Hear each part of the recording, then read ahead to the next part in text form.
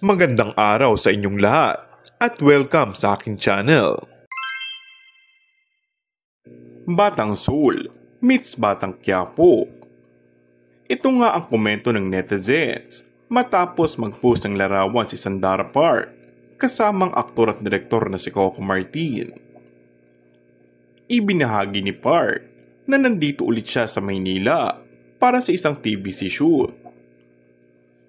Sumasayaw-sayaw siya sa footbridge kung saan ay katapat nito ang kanyang malaking billboard habang hawak ang iniindorsong produkto.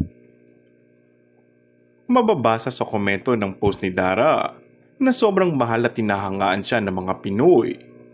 At sana nga daw ay magkaroon sila ng collab ni Maris at higit sa lahat, mag-guest daw ito sa Batang Quiapo.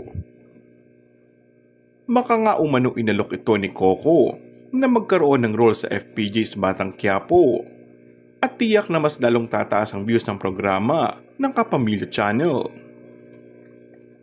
Buong ningning namang inihayag ni Sandara Park na gusto niya maging leading man ng tinaguriang teleserye king na si Coco Martin. Pagbibida pa niya na napanood umano nito ang lahat ng pelikula ni Coco. Sana magka-project kami ni Coco Martin in the future. Sana, hirit na Sandara sa panayam ng ABS-CBN. I really love his movies.